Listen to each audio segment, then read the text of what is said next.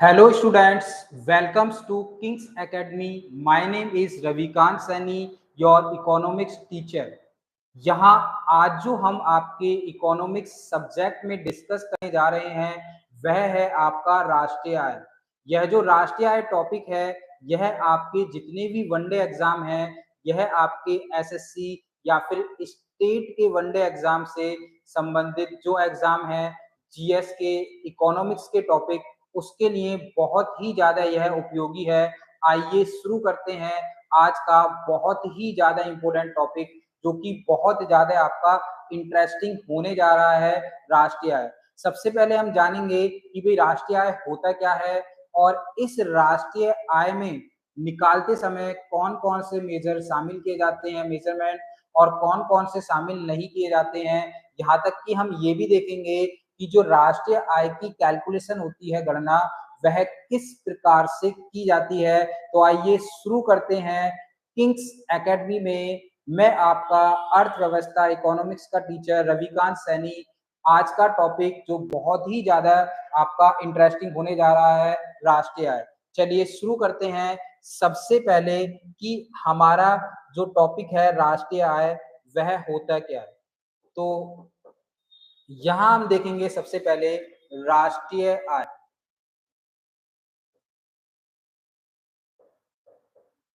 National income.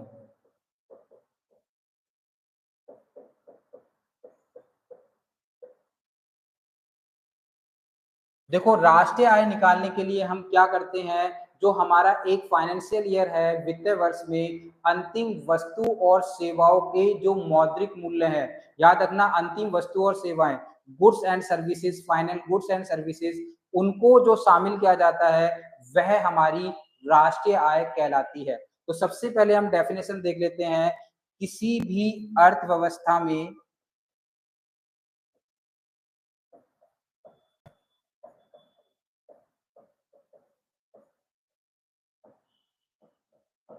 एक वित्त वर्ष में, एक वित्त वर्ष, फाइनेंशियल ईयर, एक वित्त वर्ष में अंतिम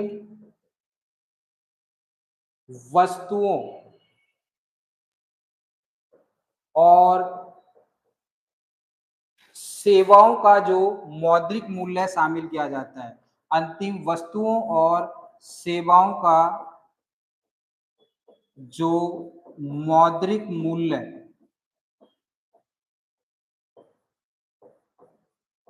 शामिल किया जाता है,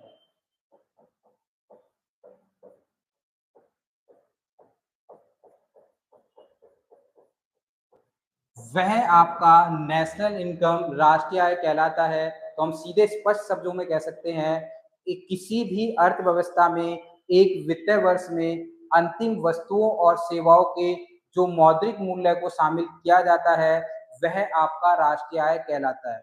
अब यहाँ पर हम आगे देखेंगे कि भाई ये जो राष्ट्रीय आय की गणना सबसे पहले की गई थी, वह किसके द्वारा की गई थी। और फिर यहीं पर आपका एक प्रश्न और बनता है, जो एग्जाम के पॉइंट ऑफ व्यू से है, कि यहाँ पर भारत में सबसे पहले राष्ट्रीय आय की गणना वैज्ञानिक आधार पर, है ना, वैज्ञानिक आधार पर किसके द्वारा की गई थी। तो देखो, ये जो दोनों प्रश्न मैंने रिपीट किए हैं, जो बोले हैं, जो आगे अभी मैं लिखूंगा, वह कई बार एग्जाम में आपके रिपीट हो चुके हैं। तो यहाँ पर हम देखेंगे सबसे पहले कि राष्ट्रीय आय की सबसे पहले गणना,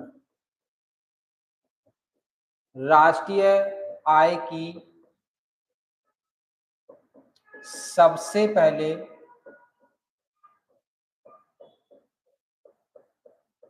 गणना। तो देखो, एक चीज याद रखिएगा, भारत में सबसे पहले राष्ट्रीय आय की गणना आजादी से पहले करने का जो श्रेय जाता है, वह जाता है आपके दादा भाई नेहरू जी, दादा भाई नेहरू जी। और यह जो गणना की गई थी दादा भाई नेहरू जी के द्वारा, यह जो गणना की गई थी दादा भाई नेहरू जी के द्वारा, यह की गई थी 1867-68 में। और ये जो गणना का जो आधार इन्होंने बनाया था, इनके द्वारा एक बुक लिखी गई थी। उस बुक के ही आधार पर इन्होंने बताया कि किस प्रकार जो भारत के लोग हैं, वह आप गरीबी को झेल रहे हैं।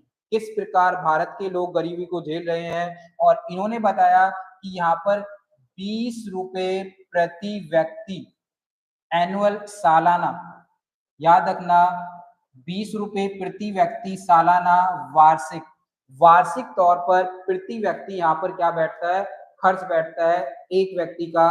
और फिर इन्होंने एक आधार भी बताया था जिनकी यह एक बुक है और उस बुक का नाम अक्सर एग्जाम में पूछ लिया जाता है।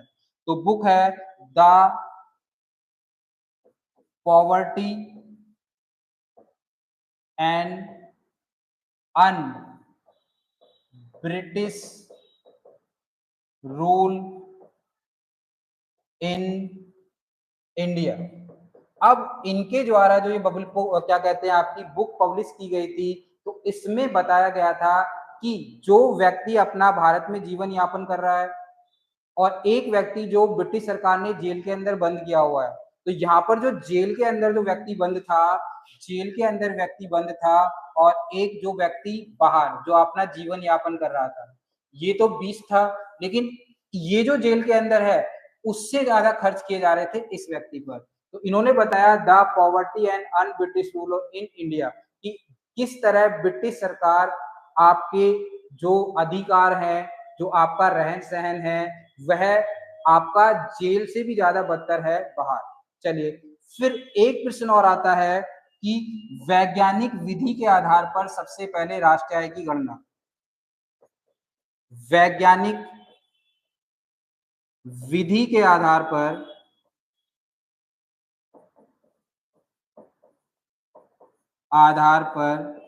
राष्ट्रीय आय की गणना, राष्ट्रीय आय की गणना।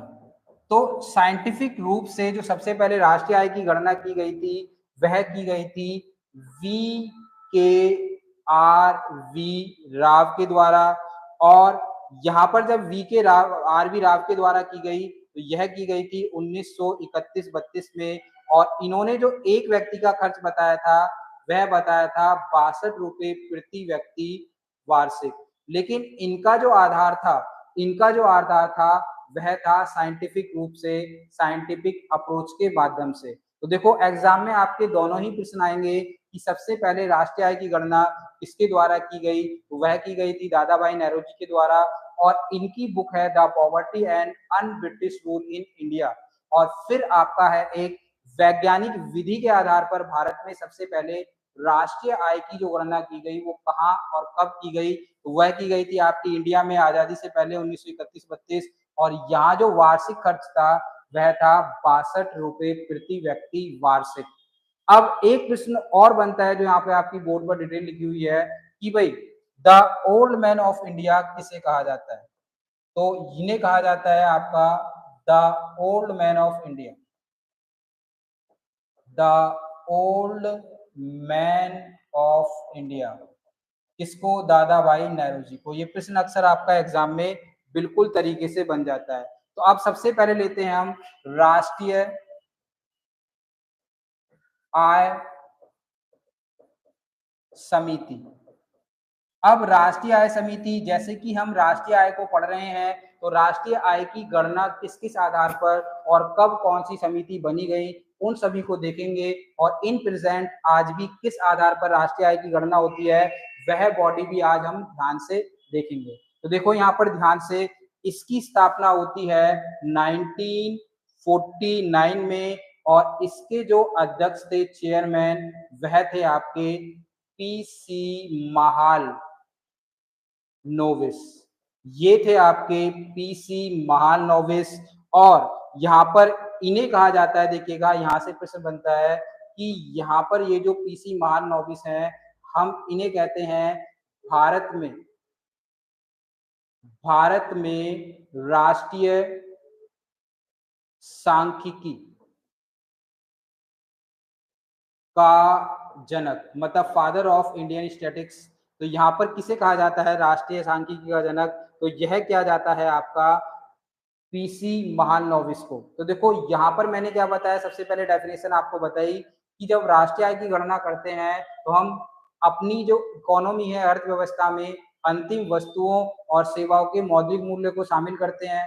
ठीक है, मतलब फाइनल गुड्स को और आपका सर्विसेज को शामिल किया जाएगा। लेकिन एक प्रश्न आपका बनता है बहुत ही अच्छे तरीके से कि राष्ट्रीय आय का भाग नहीं है। वो कौन-कौन सी मदें हैं जो राष्ट्रीय आय का भाग नहीं है, जो राष्ट्रीय आय का भाग नहीं है, यहाँ से आपका प्रश्न बन जाता है। तो देखिएगा, सबसे पहले आप जान लीजिएगा, अगर कोई पुरानी वस्तु है तो वो राष्ट्रीय आय का भाग नहीं माना जाएगा। मान लीजिए आपने एक न्यू कार खरीदी 10 लाख रुपीज की, तो वो जब आपने नई खरीदी, जो पेमेंट किया, वो तो राष्ट्रीय आय का पार्ट है। लेकिन आपने इसको 3 साल बाद उसको 6 लाख रुपए का बेचा या 5 लाख रुपए का बेचा, तो वो जो पुरानी वस्तु आपने बेची है वह राष्ट्रीय आय का पार्ट नहीं माना जाएगा। तो सबसे पहले यहाँ पर होंगी पुरानी वस्तु। याद रखना, पुरानी वस्तुएं राष्ट्रीय आय का पार्ट नहीं मानी जाएंगी। पुरानी वस्तुएं राष्ट्रीय आय का पार्ट नहीं मानी जाएंगी। यहाँ तक कि अगर किसी व्यक्ति को रिटायरमेंट के बाद आपका पेंशन मिल रहा है, देखो 10,000, 15,000 या 50,000, अगर किसी व्यक्ति को पेंशन मिल रहा है तो वो भी राष्ट्रीय आय का पार्ट नहीं माना जाता है। यहाँ तक कि अगर कोई स्टूडेंट आपका स्कूल या कॉलेज या किसी यूनिवर्सिटी में पढ़ रहा है और उसका जो स्कॉलरशिप आए, चाहे 4,000 या 10,000 या 20,000, वो भी आपका राष्ट्रीय आय का पार्ट नहीं माना जाता है। तो यहाँ पर दूसरा क्या होगा, आपका पेंशन। दूसरा होगा आपका पेंशन और तीसरा आपका वजीफा। तीसरा होगा आपका वजीफा, जिसको कहा जाता है स्कॉलरशिप। स्कॉलरशिप भी आपका राष्ट्रीय आय का पार्ट नहीं है। और इसी तरह हम कह सकते हैं कि शेयर बाजार से लाभ, आपका जो शेयर बाजार से लाभ है, शेयर बाजार से लाभ, अगर आपको किसी प्रकार का शेयर बाजार से लाभ हो रहा है तो वो भी आपका राष्ट्रीय आय का पार्ट नहीं माना जाएगा। अब एक चीज और जो बहुत ज्यादा इंपॉर्टेंट है, बहुत ज्यादा आपको एग्जाम में देखने को मिलती है कि मान लीजिए एक महिला जो गृहिणी है और उसका पति जो बाहर नौकरी करता है, तो वो तो क्या कर रहा है, बाहर नौकरी कर रहा है। और जो महिला है, महिला वो क्या करती है, घर का कार्य संभालती है, खाना बनाना, सफाई, कपड़े धोना। तो उसके एवज में जो उसका पति है वह उसको कुछ रुपए दे देता है। अब जो उसके हाथ में जो पैसा आया महिला के में काम करने के बदले, क्या वो राष्ट्रीय आय का पार्ट होगा? तो याद रखिएगा, ये जो है घरेलू महिला द्वारा घर के काम के एवज में जो उसको पैसा मिल रहा है अपने ही घर में, वह राष्ट्रीय आय का पार्ट नहीं कहलाएगा। तो हम क्या कह सकते हैं इसमें, हम कह सकते हैं गृहिणी द्वारा किए गया कार्य, गृहिणी द्वारा किए गए कार्य के बदले रुपए।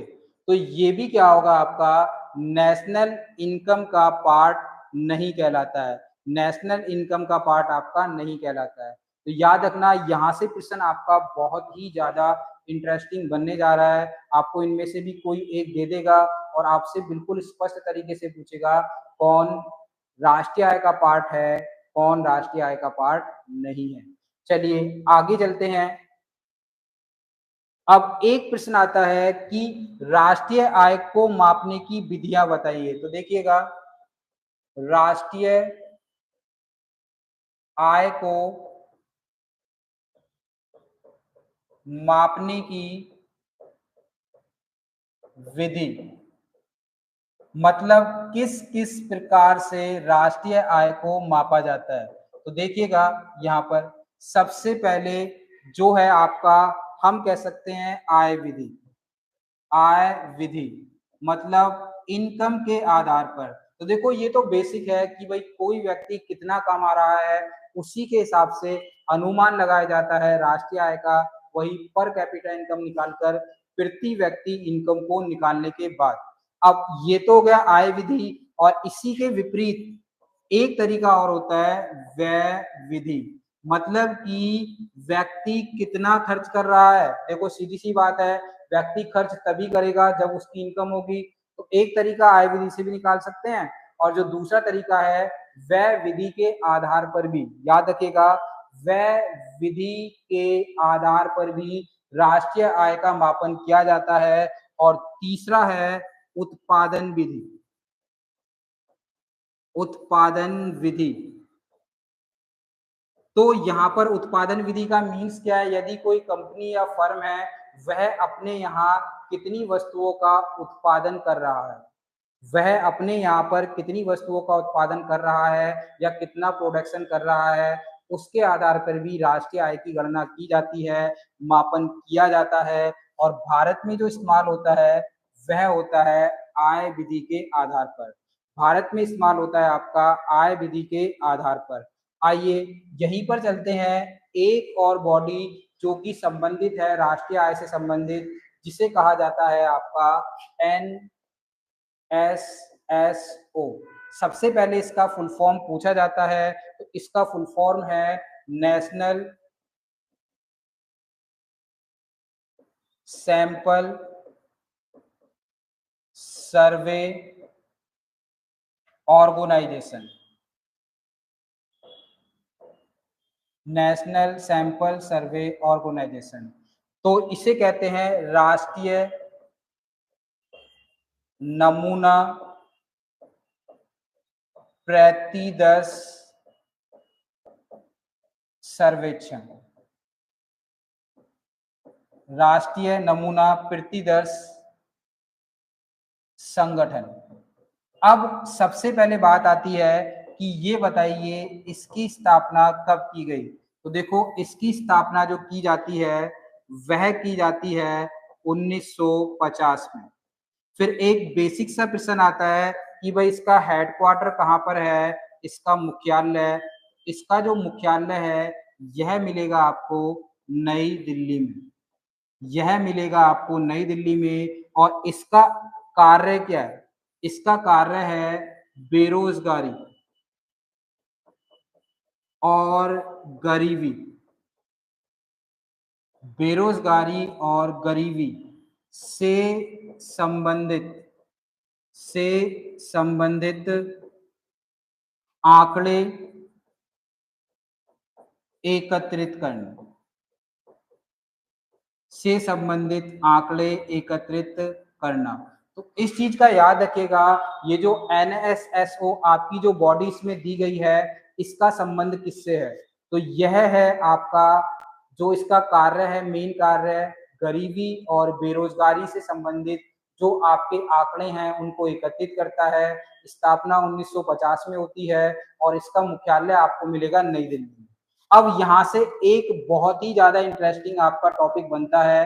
वह टॉपिक क्या बनता है कि ये जो NSSO है, जब इसकी स्थापना होती है तब इसका नाम क्या था और इसका नाम जब परिवर्तित कर दिया गया तो इसका नाम क्या कर दिया गया? तो देखिएगा, जब इसकी स्थापना 1950 में होती है तो इसका नाम था NSS, और जब 1970 में इसका नाम परिवर्तित करके कर दिया NSSO।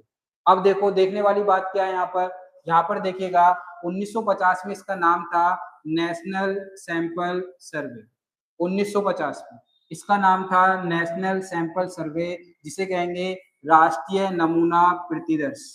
अब यहाँ पर 1970 में इसका नाम परिवर्तित कर दिया, और 70 में जब नाम परिवर्तित कर दिया तो ये हो गया NSSS से NSSO, मतलब कि इसके साथ ऑर्गेनाइजेशन मतलब संगठन और जुड़ गया और आज इसका नाम हो गया NSSO 1970 में, और इसे कहा जाता है नेशनल सैंपल सर्वे ऑर्गेनाइजेशन।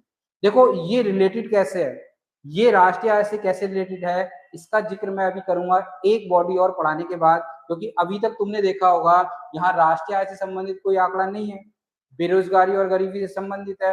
चलिए देखते हैं दोनों का लिंक कहां पर है। तो अगला है आपका CSO। अगला है आपका CSO, इसे कहा जाता है सेंट्रल स्टैटिकल, इसे कहा जाता है आपका सेंट्रल स्टैटिकल ऑर्गेनाइजेशन, या फिर हिंदी में हम इसे कहेंगे केंद्रीय, हिंदी में हम इसको बोलेंगे केंद्रीय सांख्यिकी संगठन। अब यह जो बॉडी है आपकी, यह एकदम प्रॉपर बॉडी है जिसका बिल्कुल संबंध बनता है राष्ट्रीय आय से। तो एग्जाम में आपने देखा होगा राष्ट्रीय आय की गणना किसके द्वारा की जाती है, तो जो राष्ट्रीय आय की गणना की जाती है वह की जाती है CSO के द्वारा, सेंट्रल स्टैटिस्टिकल ऑर्गेनाइजेशन, केंद्रीय सांख्यिकी संगठन के द्वारा। तो आइए देखते हैं इसकी स्थापना, हेडक्वार्टर और कार्य। तो यहाँ पर सबसे पहले देखेंगे इसकी जो स्थापना की गई वह की गई थी 1951 में। इसकी स्थापना की गई थी आपकी 1951 में। और इसका जो हेडक्वार्टर है, हेडक्वार्टर मुख्यालय, इसका मुख्यालय है आपका नई दिल्ली में। इसका मुख्यालय है आपका नई दिल्ली में। और इसका कार्य क्या है? कार्य, इसका कार्य है राष्ट्रीय आय की गणना करना। राष्ट्रीय आय की गणना करना, राष्ट्रीय आय की गणना करना। देखो यहाँ पर CSO का सीधा लिंक मिल जाता है किससे? राष्ट्रीय आय से। मतलब देश में जो राष्ट्रीय आय की गणना करता है वह करता है आपका CSO, सेंट्रल स्टैटिस्टिकल ऑर्गेनाइजेशन। स्थापना 1951, मुख्यालय नई दिल्ली। और कार्य क्या है इसका?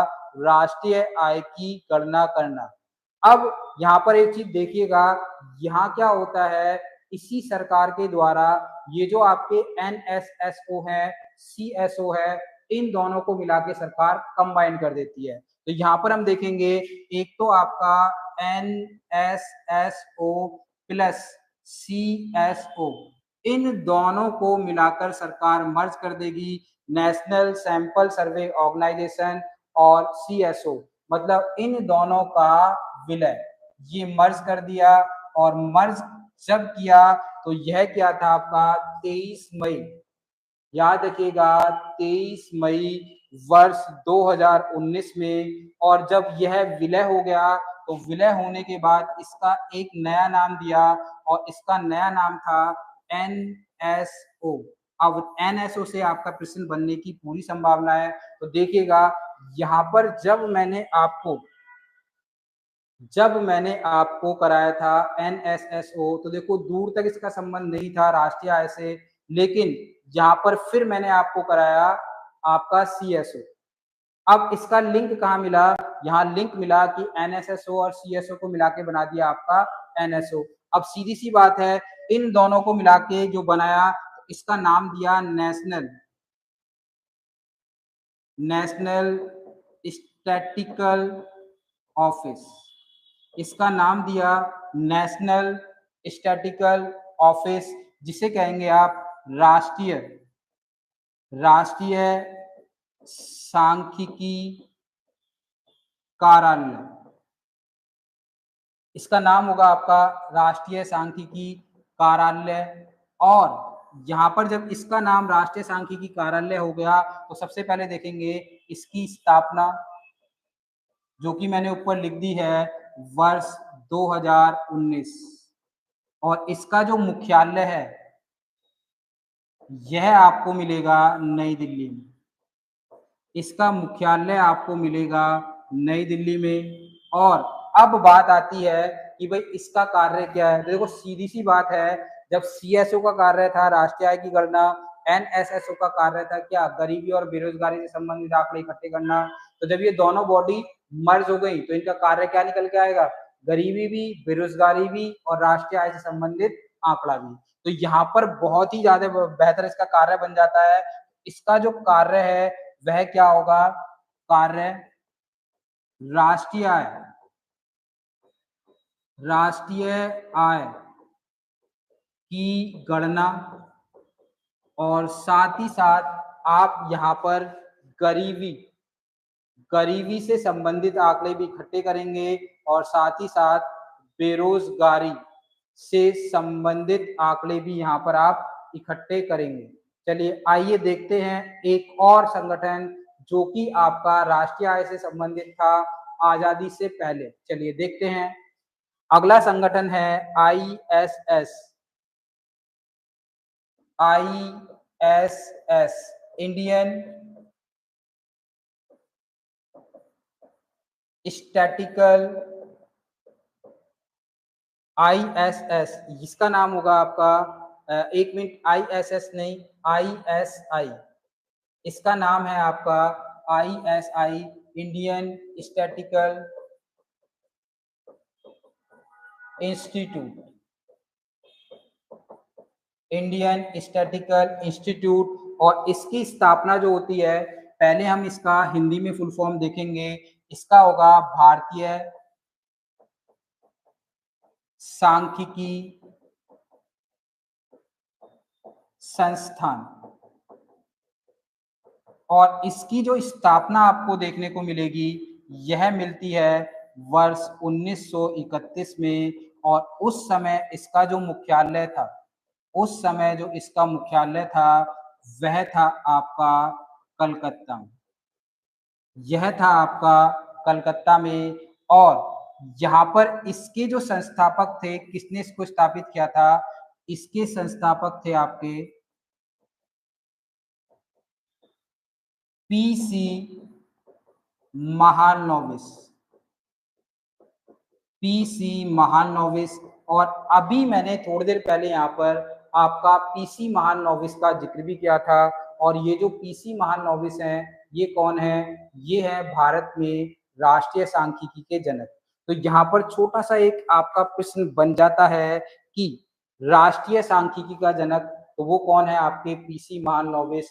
तो यहाँ पर हम देखेंगे राष्ट्रीय सांख्यिकी का जनक, तो ये है आपके पीसी महालनोबिस।